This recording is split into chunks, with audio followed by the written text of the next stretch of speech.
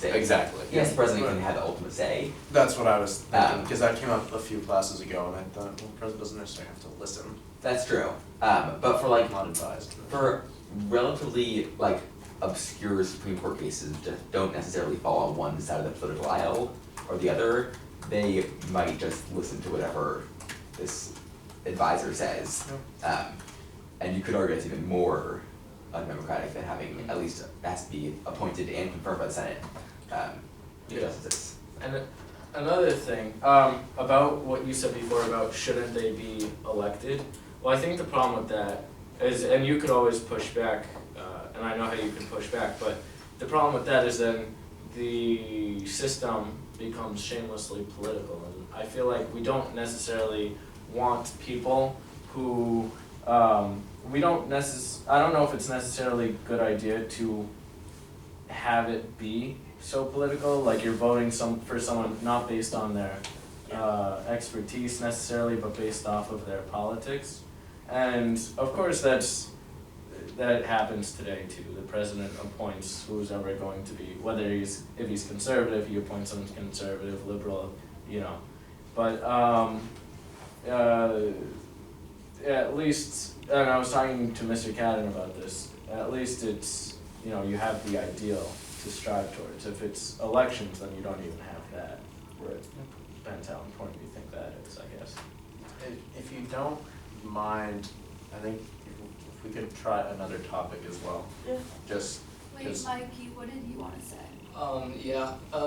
So I think the problem with giving judicial review to directly elected officials is that it would make judicial review a political and partisan process. And I think they should be totally separate.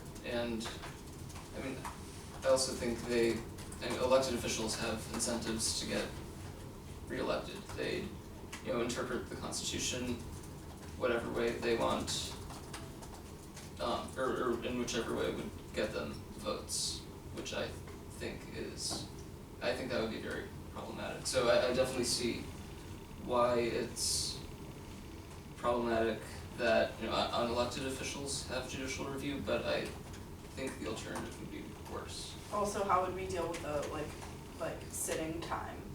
Because how often would elections be, and would it be like big deal? There's one spot open because someone died or retired or stepped down or whatever, and then the whole country is like, oh my God, we have one more. It's like it's not just a senator or a congressperson. It's a huge, this is, I don't know. Yeah, that makes a lot of sense What to me. if we somehow figured that out and then we had elections, and then to get rid of the party problem, we could have mock cases, so they have to, on a TV show or something. So maybe we need to fix our education system as the branch of this. Yeah, Sounds we've already expensive. fixed that at this point. So Okay. then we film them and a simplified version of their argument for the case, and so that's how people, or multiple cases, so that people get a sense of how they think, and then that's how people would vote.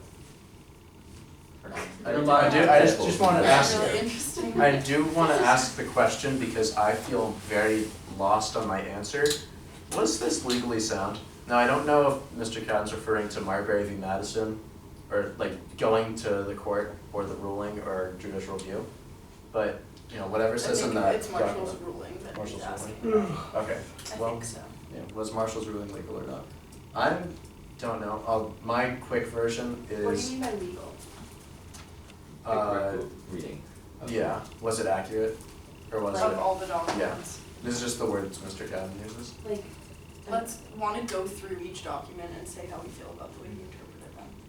Sure. What do you mean? Do you mean going through section 13 and article 2, or? Yeah, and so just we can just throw things out there, the major documents that we've looked at section 13, what was the other thing you just said? Article 3. Article 3, Oh, the Article anti-federalist papers that he didn't reference, and how would that have impacted, just all the major documents that we just said. I'm unsure what I think. I find, and I think I might sway towards it, very strong, and this goes back to interpretation over text, or text over interpretation, is Akil Ritamar's argument, where power is just a dumb word, that in context of the rest of the Constitution and the Judiciary Act specifically, not the Constitution, the Judiciary Act, it's never used. Jurisdiction's used in whenever something's to be interpreted the way that Marshall thinks power is. So why was it used? It clearly is different, but just based on text, and we can't ask them anymore because it's 300 years ago. So what do we do? So we take it literally, I think it's his argument, and I think that's strong, but at the same time, I mean, that's a very strange case, and that was a very poorly worded sentence, so maybe grammatically we didn't like it. That there's, if you think there's two arguments, even if you think that one of them is stronger, the fact that you see how the other one can exist means that someone else could use it as an argument. You see what I'm saying? Yeah. So, if you had been in Marshall's position, you might have wanted to choose the stronger argument. And he might even have known that one of the arguments is stronger, and it might not have been his interpretation. But as we were saying before, he had a specific outcome he was looking for, I think, and so he chose that other argument. But the point is, he didn't choose an argument that no one believed. Like if he said, this text clearly says that marshmallows should be free, and that's how I'm gonna rule in this case, that would be really concerning because that's just nowhere in the text. But he's not doing that, he's saying something that is an interpretation. I have a question, Yes. and I may have been misreading this the entire time. That would be really awkward. Let's say that Marshall is reading it correctly, or let's say that Marshall is reading it incorrectly. The professor is reading it correctly, and is saying that the power clause does not give it jurisdiction, just power.